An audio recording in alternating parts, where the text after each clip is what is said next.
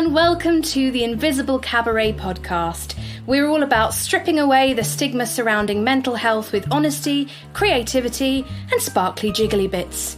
We are taking the time that we have been given in lockdown, while we're not making cabaret shows, to chat with our fabulous troupe members about their mental health journeys and creative processes. We're also looking forward to interviewing many other kinds of artists. We've got some in the pipeline already. But if you've got a story or piece that you really want to share, you are very welcome to email us, invisiblecabaret@gmail.com. But back to the present. We are very excited to have our Invisible Cabaret sister and dancer and beautiful lady, Belle Bluestocking. Hello, my darling. Hello. Hello. It's so nice that you're with us. We're really glad you're here. So you are known in your burlesque state as Belle Bluestocking. Are you okay with us also interchangeably saying, Izzy, what is your actual name? Yes, what is my actual name is fine also. Great, lovely. That's a good start. So also, obviously, as usual, your hosts for today and always, Rosie Verbose, myself, and Ferrero Rochelle.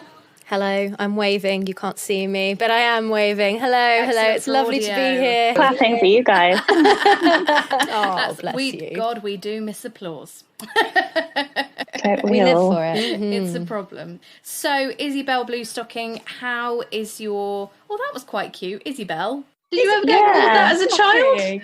No, it made me think of baby bells. Do you remember those? I do. Yeah. Oh. Yes. Or Babby bells, whatever. But Who says Babby Bell?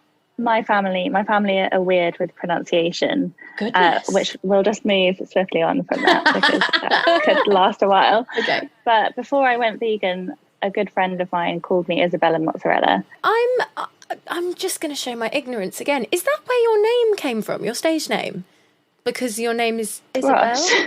How did I not know this? What is wrong with me? Every week this seems to be happening Every week. now. I'm like, blooming hell. The Belle part was quite easy for me because it's part of my name. What?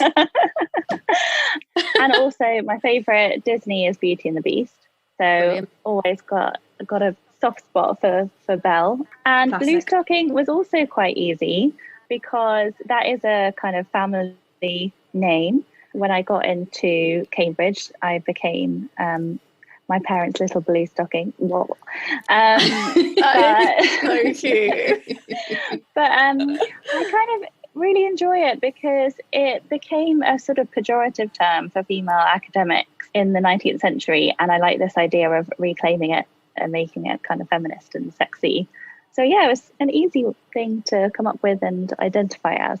I also kind of love, in a sort of mischievous way, that the 19th century Bluestockings would probably not be too pleased about being used as a burlesque name, but stocking, it's there, it's right in it, isn't it? Like obvious, right? What are you going to do? And to be fair, they ought to note these 19th century Bluestocking ladies who are definitely all tuning in, that your acts that you have, certainly that you've developed with us, have all had quite an academic, literary vibe to them, haven't they? They have, so yeah. Just run us down the stuff that you've made with us so far, Izzy. So far, I seem to have just stuck with. I mean, it is one of my absolute favourite books. Don't say The just. Bell Jar. Let me just interrupt there. Don't say just. No, we're not here for that. Well, You have maybe I mean yet because That's my okay. special area is 19th century literature, but The Bell Jar was published in 1963. Sylvia Plath's only novel, and it's a kind of coming of age story that's very dark and autobiographical, semi-autobiographical, and it has a lot of amazing kind of layers in it, so that's why I think I've been able to mine it for dance inspiration. Yeah, so my pieces so far have been about the kind of metaphor of the bell jar for depression and a kind of place where you're kind of stuck and you're still seeing the world, but through a kind of thick fog. And you can, sometimes the bell jar lifts and you're going about your life fine, but without any warning, it can just come back down again. So, I think that's quite a visual metaphor and something quite easy to translate into a choreographic way. I think it was your idea, Rosie. We introduced a canopy, like a bed canopy. That's going to sound really weird for anyone who hasn't seen it. That kind of works, like a really long tent, a really long, narrow tent. It's definitely not a mosquito net, that's for sure. Well, yeah, actually, maybe that is a better way to describe it, though, because people will actually know what that is, a bed canopy, which sounds kind of massive and medieval. Yeah. So that kind of represented the bell jar, and my piece was about kind of breaking out and never knowing when it might fall on you, which actually did happen in one of the shows. It did fall on me. It did fall on you, yeah. And I had to sort of style it out. I'm really sorry about which that. you That did was my, very well. That was my bad engineering. No, I mean, that's wasn't. at some point, if you've got a prop, something's going to go wrong with That's it. true. That is true. 100%. And at least it was metaphorical in its misbehaviour. Yeah, actually, Pretend it was meant to happen all along. It kind of did work with the timing. It was yeah. I mean, it keeps you on your toes. It was fine. It was funny. You never know when the bell jar is going to descend, is the moral of that all. The other piece is about the fig tree metaphor, which is in the novel. It's basically about how you can have seemingly like an abundance of choice, all these different yummy looking juicy figs, and in the metaphor they all represent a different lifestyle. This was at the time where, just the kind of idea of having it all wasn't like a thing yet. So it kind of crystallizes the image of being able to want to grab everything, but if you grab one, then you can't have the others. And it's also about being paralyzed with choice, because in the book, she's just sitting there looking at all the figs and she can't decide which one to take. And as she's paralyzed by the choice, they all wither and die. So in the piece, we used different members of the troupe to represent different careers that a woman could have or anybody could have. I was kind of trying to choose one. I feel like it's a very relevant millennial problem that actually now we feel like we can have it all. But because there are so many things to try and so many things that we think, oh, yeah, like I could be really good at that.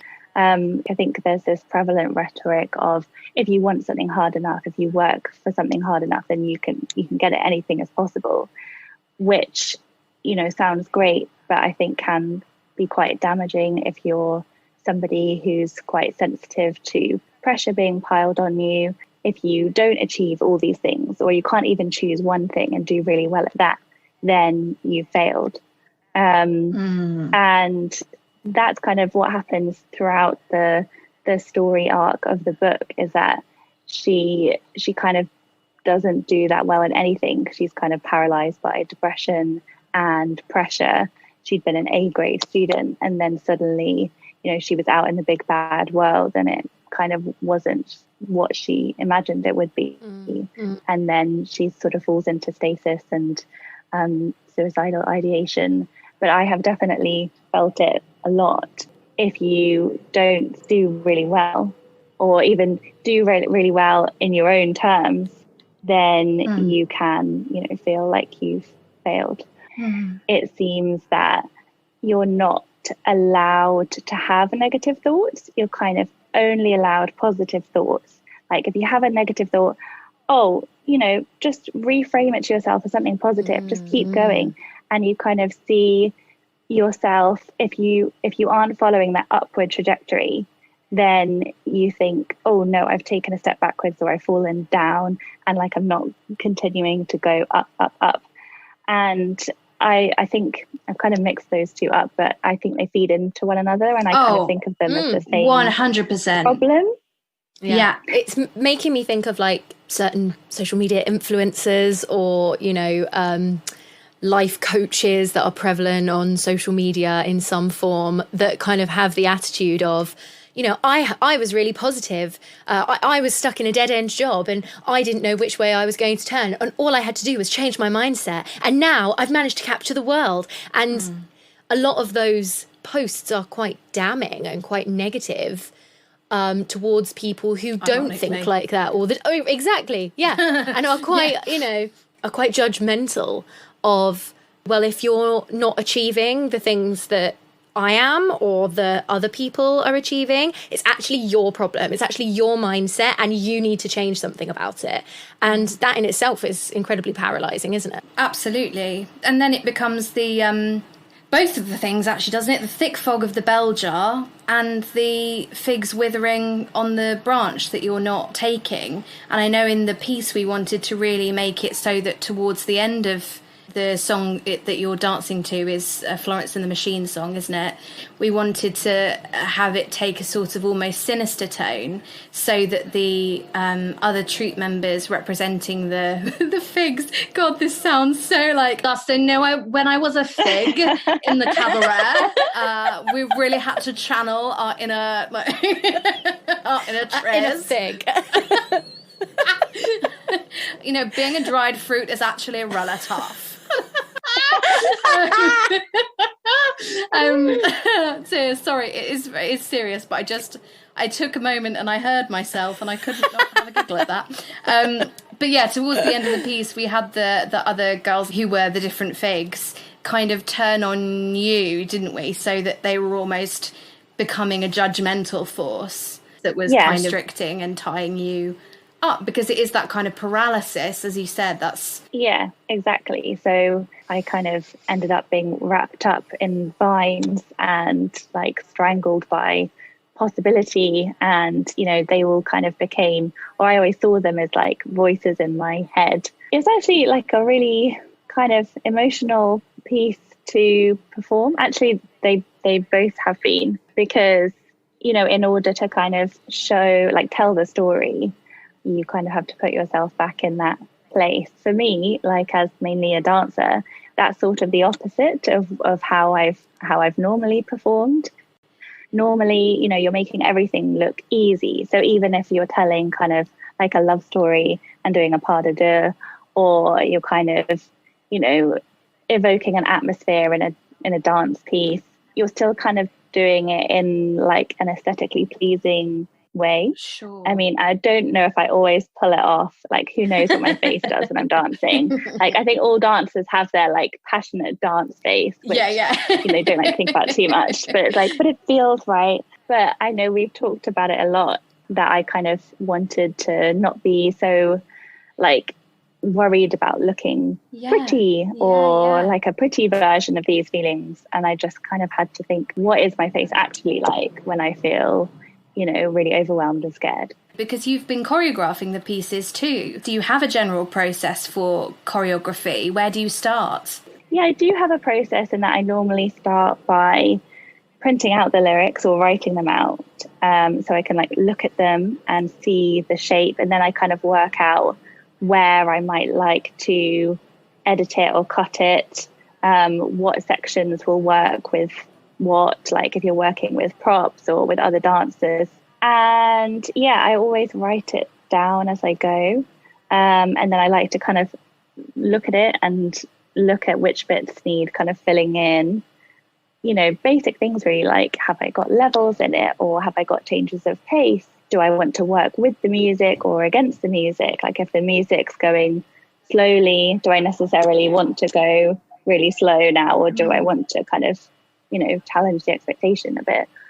But I definitely am changing choreographically in that I used to kind of dance or choreograph to how I wanted it to look, rather than like what suits me as a dancer, because it's quite new that I'm dancing solo and just choreographing for me.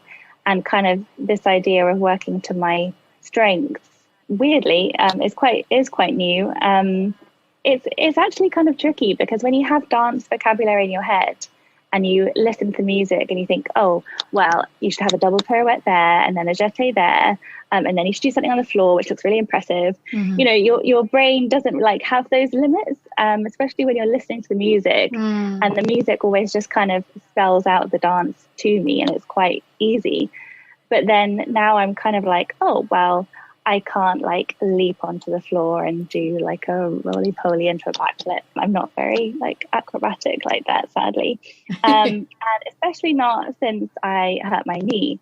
So I've kind of had to really think about, okay, like what feels good and also looks good on me as a dancer, and which represents the story, and, you know, what I'm trying to say with the music. So it's a lot of things going on. And I also love to look at different dance styles as well. Like, I'm a contemporary dancer, but that doesn't mean that I'm sticking to like the Limón style or Martha Graham. I'm kind of always looking at how to infuse bits of like salsa or anything that I could take, just like a hand gesture or something that I like to look at and that feels right, and put it into my kind of store. I would definitely recommend that to people who get a bit stuck. Watch some Alvin Ailey or something that's totally like different to your piece, and just look at something, because even if you're trying to like copy it and you do it totally wrong, how that feels in your body might be really nice, and it might inspire you to try something else and think, oh, okay, I love the way it feels when I turn my knee in and then I push it out. Oh, and actually that would fit with this nice bit in the music, which I always think is kind of swishy. And, you know, you kind of just like work it out with this intimate conversation with your body, which I love. Like, I love choreography. That's so lovely to hear. And because it's so cool to hear you talk about listening to your body. When you first try to do that, it's quite limiting and can make you feel a bit down about it. So I'm thinking in relation to your injury, Izzy, you know, actually it probably is a great thing that you have learned through having an injury, that you need to listen to your body, and that it works really well to go with what feels comfortable for your body, so you don't risk more injury. And so, you know, things can still look great but also feel safe and feel supported, etc. But when that first happens, there's definitely like moments where you just go, oh, but if I, you know, had a fully functioning knee right now, I'd be able to do a high kick and I'd be able to do this. And it can be really, really frustrating. But it's wonderful that you have got to a place where it's like, actually, I can still make beautiful art with any limitation, you know? My knee may be a little bit weird and it's not fully recovered, and I probably may need more surgery. But, you know, the rest of me is working pretty well, actually. And I'm going to be just incredibly grateful for that. And it has made me work on strength and flexibility in a kind of more like dogged and yet calm way than I've ever done, because I think I've found it frustrating before, and I've just thought like, oh, well, you know, my body just won't do this and just won't do that.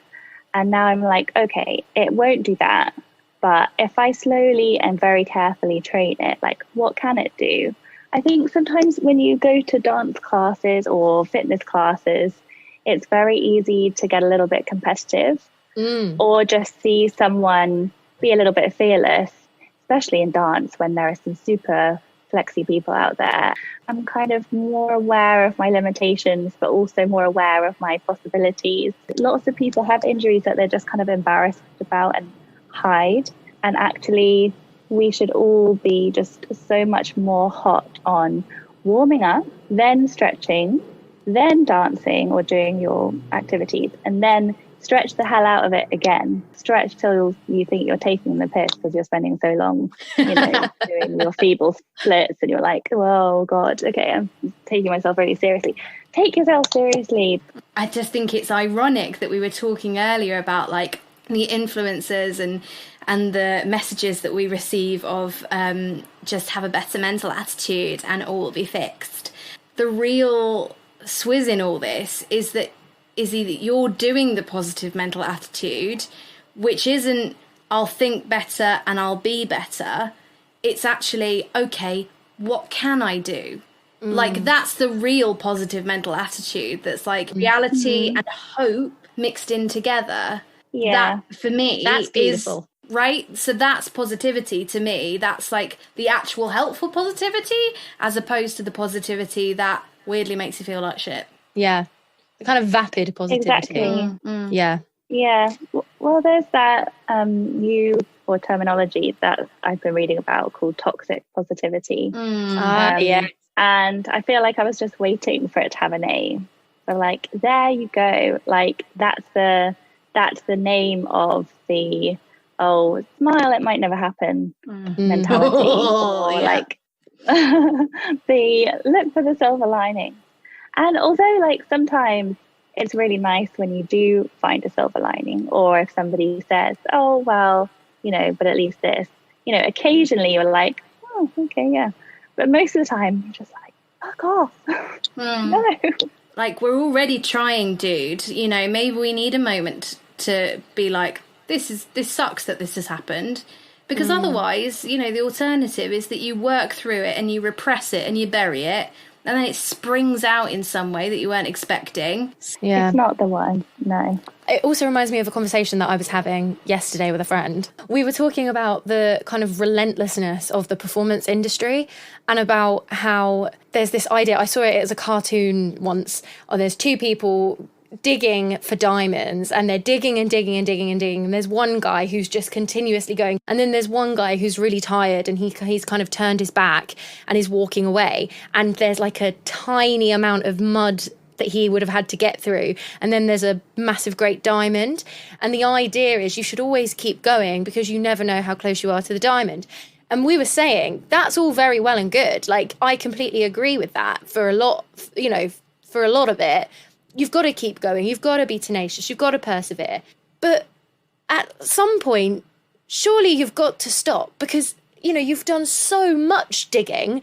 What if when you get to it, the diamond's tiny? Or what if when you get to it, you're like, I've got the diamond, now what? And then you're not happy. You know, for what? If we're all just chipping away forever, I don't know where I'm going with this. I think I do. I know we're sometimes psychic Bert and Ernie.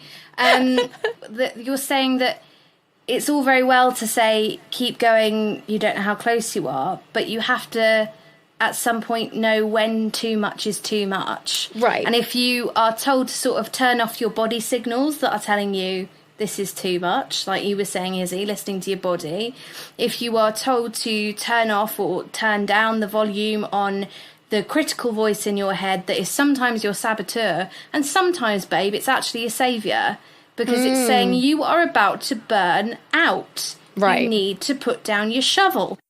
Right. Even if you decide to pick it up again, just put it down for a little bit. And also, there's no shame in stopping digging. If you do decide that enough is enough, there's nothing wrong with that. You haven't failed.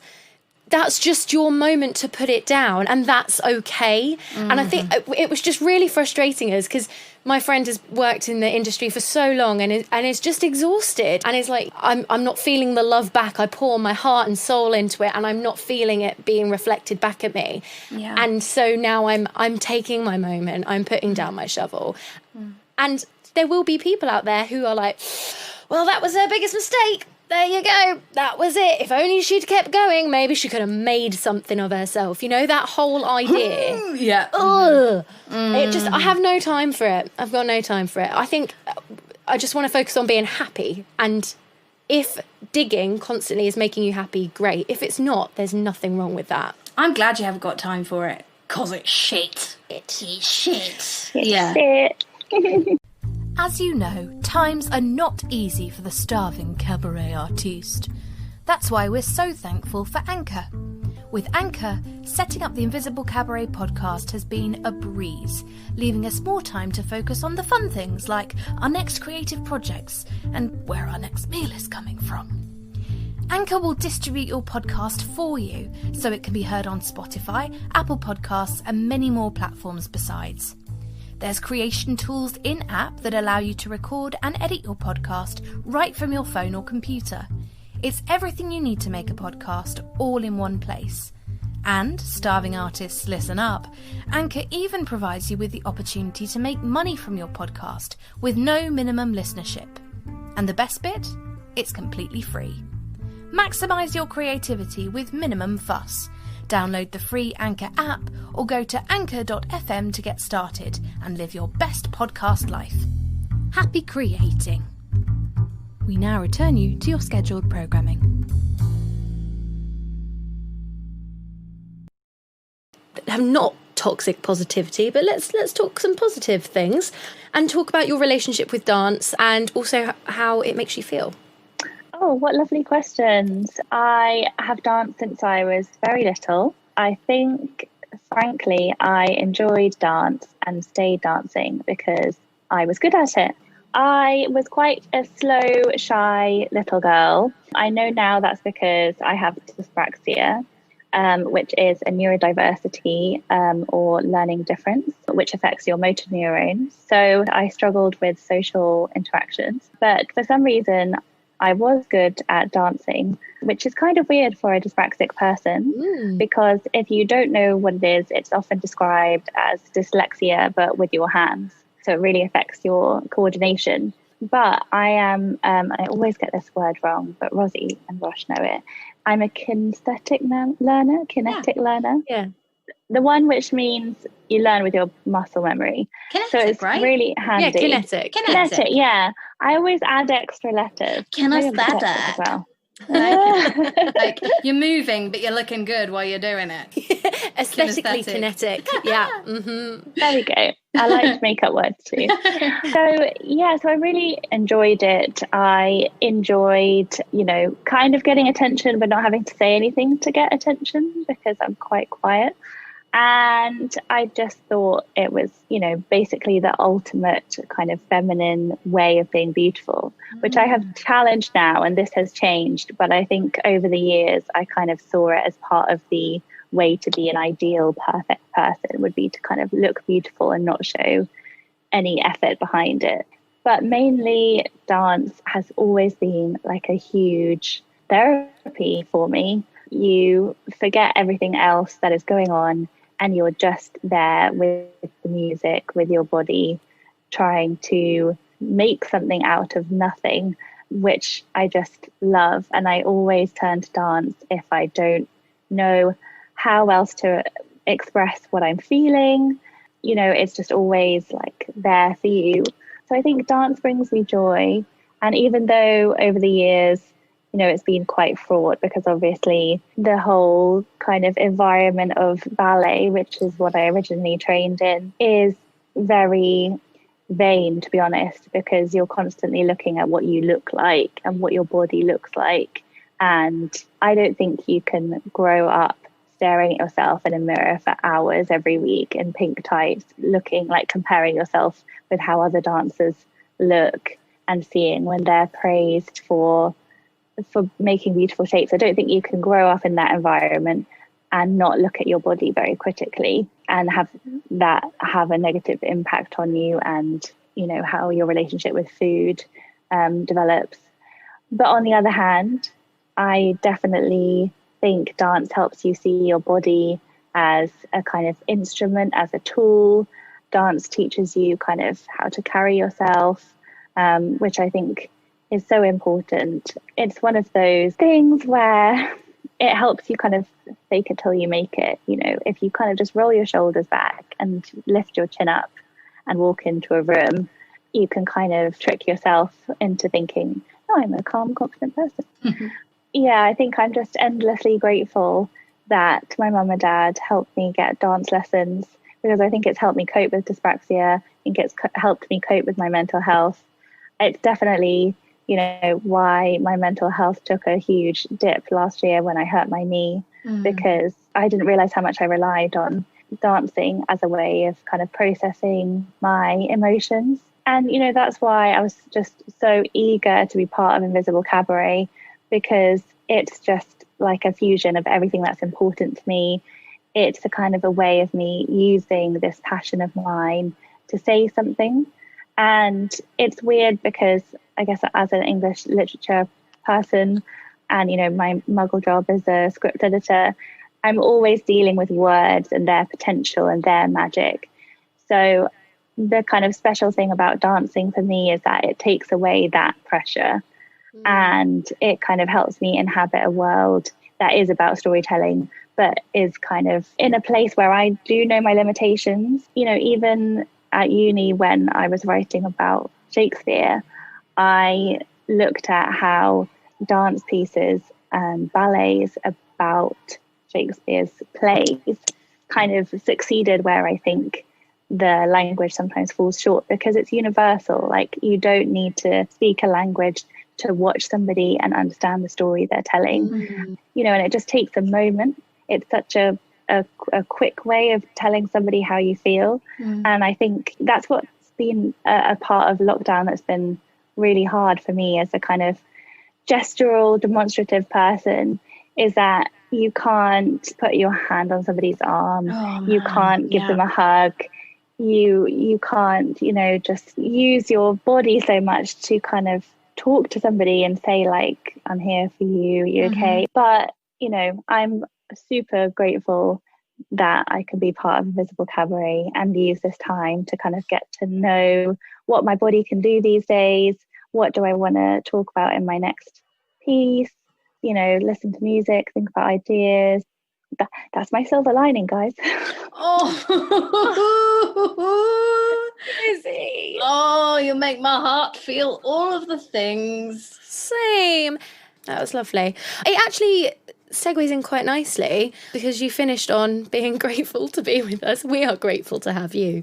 What are you grateful for this week? I am grateful for my friends. I actually got a chance to go and see some in real life.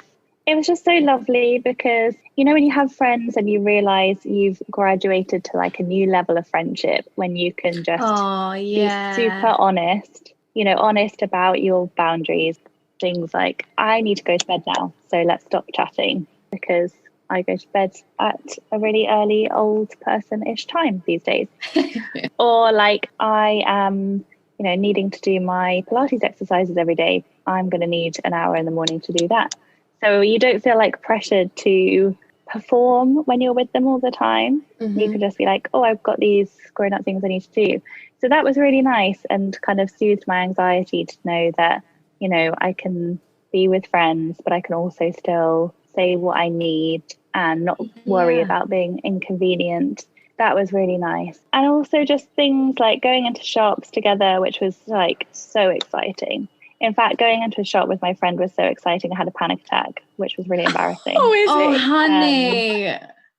Honestly, like, we tried to laugh about it. Like, you know, maybe what it is that it's haunted here and I've just had a bad vibe. Like, I couldn't accept that I just had a panic attack because it was so nice to go into a shop again. Oh, darling. But she was lovely, and, you know, she was great throughout my panic attack, and she did the thing where she was like, let's think about what you can see, what you can taste, what you can touch. I couldn't participate very much, but it, like, hearing somebody say the right things was also just lovely, because it was like, she wasn't, you know, being like, oh my god, what's wrong, tell me. She was just with me.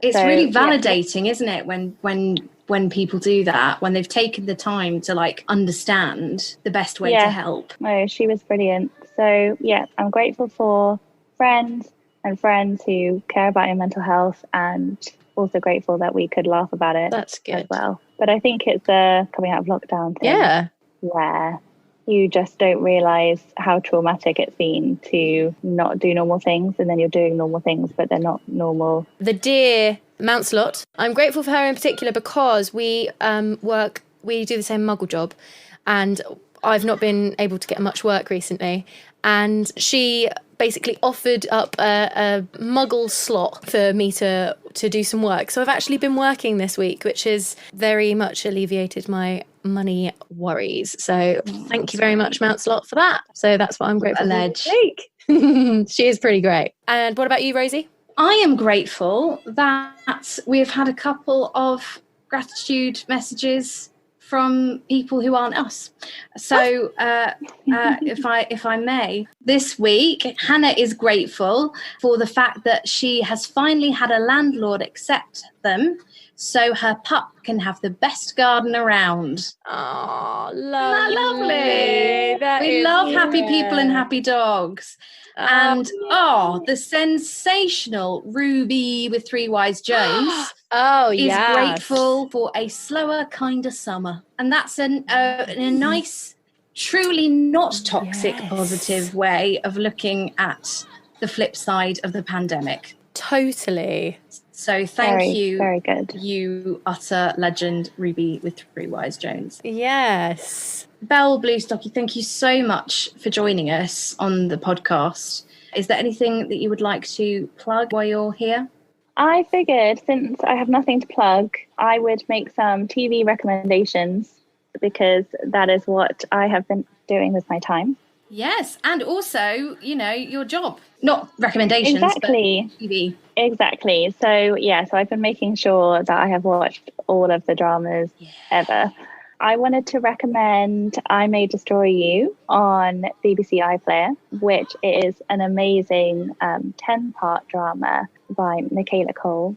It needs a trigger warning with it. It's about sexual assault. But if you're in the right place to watch it, it's absolutely incredible. I second that. Brilliant. And I also wanted to recommend Little Fires Everywhere on Amazon, which just was absolutely awesome. A really interesting adaptation. And it's about kind of small town suburbia in America and systematic racism and microaggressions.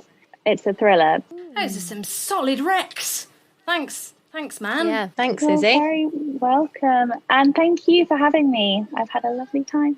You were exceedingly well brought up. Pleasure. Absolutely. So polite. She can come anytime. Oh, Yes, Nick, you can come for dinner again. All right. Thank you so much, everyone, for joining us. We will be back not next Friday, but the Friday after. That's what we're doing now. We have a schedule because it's good for our mental health. If you would like to be involved in the next episode of the podcast, then check out our Instagram because there are more details on there. But we always want to know what you are grateful for. So if something nice has happened or has struck you as something to be grateful for, then give us a shout, give us a voice message, give us a tweet.